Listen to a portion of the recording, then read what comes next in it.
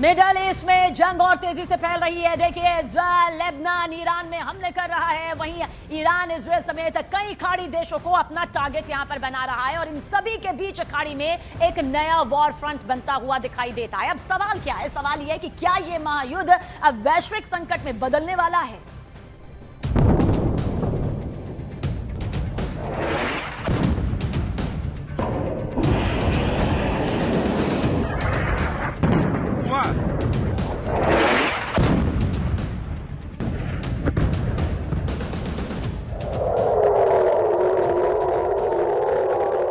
Jordan में siren alert पर US airbase.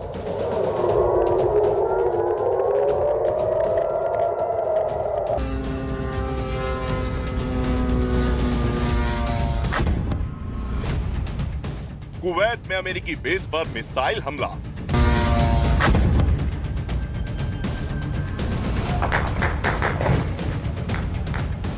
धमाकों से गूंज उठी मनामा की रात।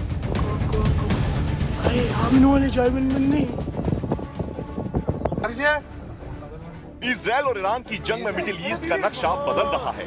ईरान वर्सेस इजराइल की लड़ाई अब सिर्फ दो देशों तक सीमित नहीं रही। जॉर्डन, कुवैत,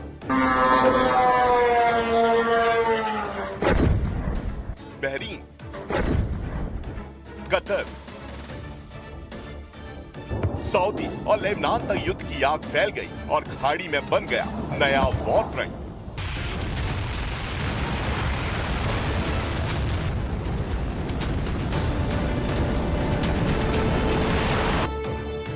अपने सर्वोच्च नेता अयतुल्ला अली खामनेई की मौत से भड़का ईरान अब किसी भी कीमत पर इजराइल और अमेरिका से बदला लेने पर उतारू है।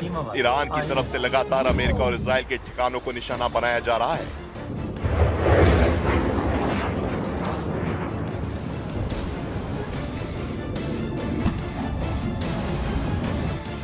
जॉर्डन और कुवैत में अमेरिका के सैन्य ठिकानों पर ईरान ने जोरदार हमले किए, तो वहीं इजराइल के तेल अवीव में केमिकल फैक्ट्री को भी निशाना बनाया।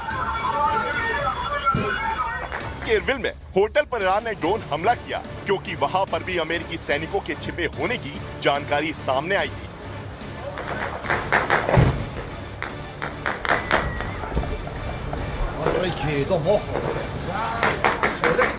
तो वहीं बहरीन में युवाओं और अल खलीफा शासन बलों के बीच झड़प की खबरें भी सामने आई। ईरान समर्थित गुटों का संदेश साफ है, अब जंग सिर्फ सीमाओं पर नहीं लड़ी जाएगी।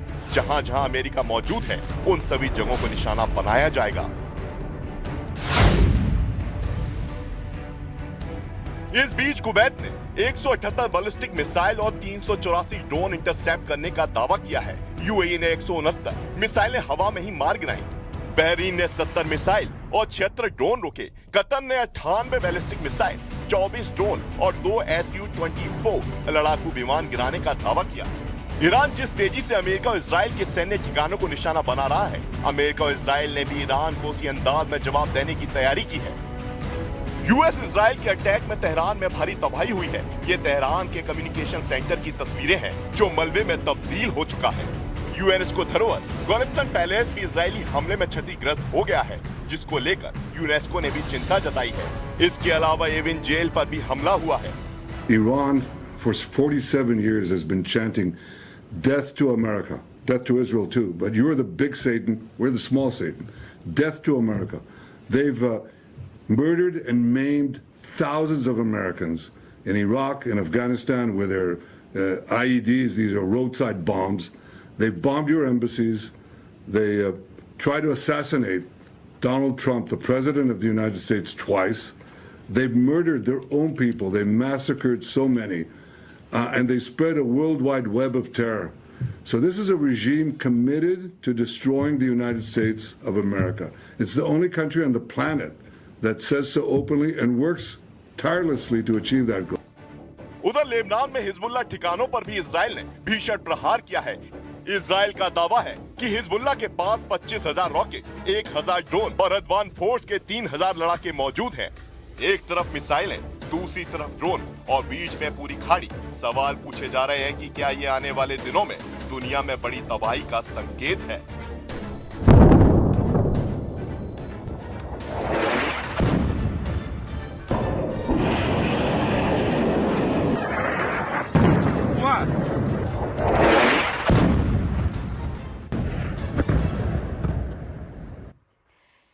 देखिए, विनाश तो हो रहा है और ये विनाश भयंकर है। इसी से जुड़ी हुई वॉर ब्रेकिंग के जरिए आप तक ये खबर पहुंचा देते हैं, जहां ईरान में 787 लोगों की मौत का बड़ा दावा किया गया है। दरअसल अमेरिका इजराइल का जो ये ज्वाइंट हमला सामने आ रहा है, उसमें 787 लोगों की मौत का दावा है और बताया जा रहा है कि 153 शहरों में 1000 से ज्यादा हमले हुए हैं, जिसमें ईरान के नेतांज न्यूक्लियर फैसिलिटी को भारी नुकसान यहां पर पहुंचा है। तो आप देख लीजिए अमेरिका इजराइल के हमलों से ईरान में किस तरह से भारी तबाही मचती जा रही है।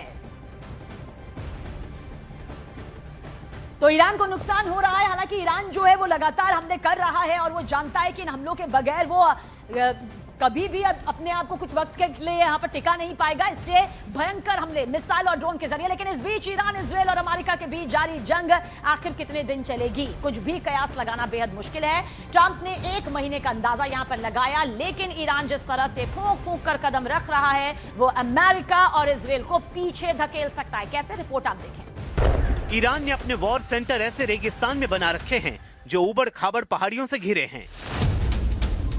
डिफेंस इन डेप्थ की यही रणनीति ट्रंप आर्मी का सिरदर्द बन गई है। युद्ध अगर लंबा खिंचता है तो किसी भी हमलावर देश के लिए जंग लड़ना काफी मुश्किल हो जाता है। अमेरिका और इजराइल को जंग लड़ने सैकड़ों हजारों किलोमीटर दूर से आना होगा और ईरानी सैनिकों को कहीं जाने की जरूरत नहीं है। पूरी सेना देश के अलग अलग हिस्सों में जम जाएगी। ये युद्ध का काफी कारगर तरीका है। हालांकि अमेरिका इजराइल ने जिस तरह सुप्रीम लीडर का खात्मा किया, उसका ब्यौरा बता रहा है कि दुश्मन कैसा भी कवच बनाए उसे चीर फाड़ दिया जाएगा। ईरान के सर्वोच्च नेता खामेनेई का सफाया हाईटेक प्लानिंग से किया गया। मीडिया रिपोर्ट्स के मुताबिक मोसाद और CIA एजेंट्स ने तेहरान के सभी ट्रैफिक कैमरों को कई सालों से हैक कर रखा था। इसमें से तेहरान की पास्टर स्ट्रीट के पास एक खास कैमरा सबसे अहम साबित हुआ। इजराइल, अमेरिका ने खामेनेई के बॉडीगार्ड्स की हर आदत पर नजर रखी। कौन गार्ड किसे सुरक्षा देता है, उसका पूरा डेटा तैयार किया गया। बॉडीगार्ड के घर का पता, ड्यूटी टाइम, आने जाने का रूट सब रिकॉर्ड किया गया। खामेनेई के साथ रहने वालों की गाड़ियां जहां पार्क होती हैं, उस कंपाउंड की रेकी की गई। इलाके के मोबाइल नेटवर्क में घुसपैठ कर सुरक्षा दस्ते की आपसी बातचीत सुनी गई। ऑपरेशन में इजराइल की यूनिट 8200 ने सिग्नल इंटरसेप्ट जुटाया। अमेरिकी इनपुट और human source support CIA agents ने किया। 28 सेकंड की सुबह तेहरान कंपाउंड में जब टॉप लीडरशिप जुटी तो सिर्फ 60 सेकंड में ऑपरेशन अंजाम दे दिया गया। अगर स्ट्राइक में 60 सेकंड की देरी होती तो ईरान के सभी टॉप लीडर बंकर में होते, लेकिन इजराइल बचने का मौका देता नहीं। तेहरान के बेते रहबरी में इतना बारूद झोंका गया कि पूरा इलाका खंडहर बन गया। इजराइल ने शेर की दहाड़ नाम से जिस ऑपरेशन को शुरू किया, उसके अब वर्ल्ड वॉर बनने की भविष्यवाणी की जा रही है, क्योंकि इजराइल ने दावा किया है कि ईरान एटम बम बनाने के बेहद करीब था। हमला न होता तो एटम बम बना भी लिया गया होता। The reason that we had to act now is because they were, after we hit their nuclear sites and their ballistic missiles program, you'd think they learned a lesson, but they didn't, because they're unreformable. They're totally fanatic about this, about the goal of destroying America. Netanyahu की ये बातें रूस को बिल्कुल भी पसंद नहीं आई हैं। पुतिन ने इजराइल से सबूतों की मांग कर दी है। रूस कह रहा है नेतन्याहू वो सबूत दें जिससे ये साबित हो कि ईरान ने एटम बम बनाने की कोशिश की। Ну и сама война. О целях этой войны мы слышим регулярно, но доказательств того, что Иран разрабатывал ядерное оружие, а именно это послужило главным, если не единственным обоснованием войны, мы до сих пор не видим. Есть подтверждение и МАГАТЭ, да и американских профессиональных разведчиков, подтверждение о том, что Иран не производил и не пытался производить ядерное оружие. पुतिन को सबूत नहीं दिखाए गए तो क्या होगा बताने की जरूरत नहीं है। वो अपने गुस्से को 28 फरवरी से पाल रहे हैं। पुतिन ने युद्ध को रोकने की धमकी भी दे रखी है, मगर ट्रंप ऐलान कर रहे हैं कि अभी तो उन्होंने हमलों का ट्रेलर दिखाया है। ईरान पर अमेरिका का सबसे पावरफुल पंच अभी पड़ना बाकी है, लेकिन अमेरिका जितना गुर्रा रहा है, असलियत उससे कुछ अलग है। अमेरिका ने खाड़ी में 15 देशों से अपने नागरिकों को फौरन भाग जाने की नसीहत दे दी है। ये डेंजर जोन में दिख रहे उन्हीं देशों की लिस्ट है। ट्रंप की वार्निंग ऐसे समय में आई है जब इजराइल लेबनान में फुल फोर्स में हमलों को शुरू कर चुका है। बॉर्डर से बेरूत तक इजराइल ने बम विस्फोट की झड़ी लगा रखी है।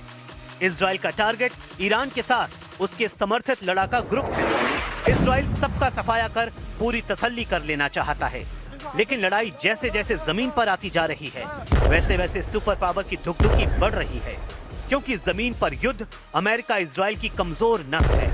ईरान इसे ही दबाने का इंतजार कर रहा है।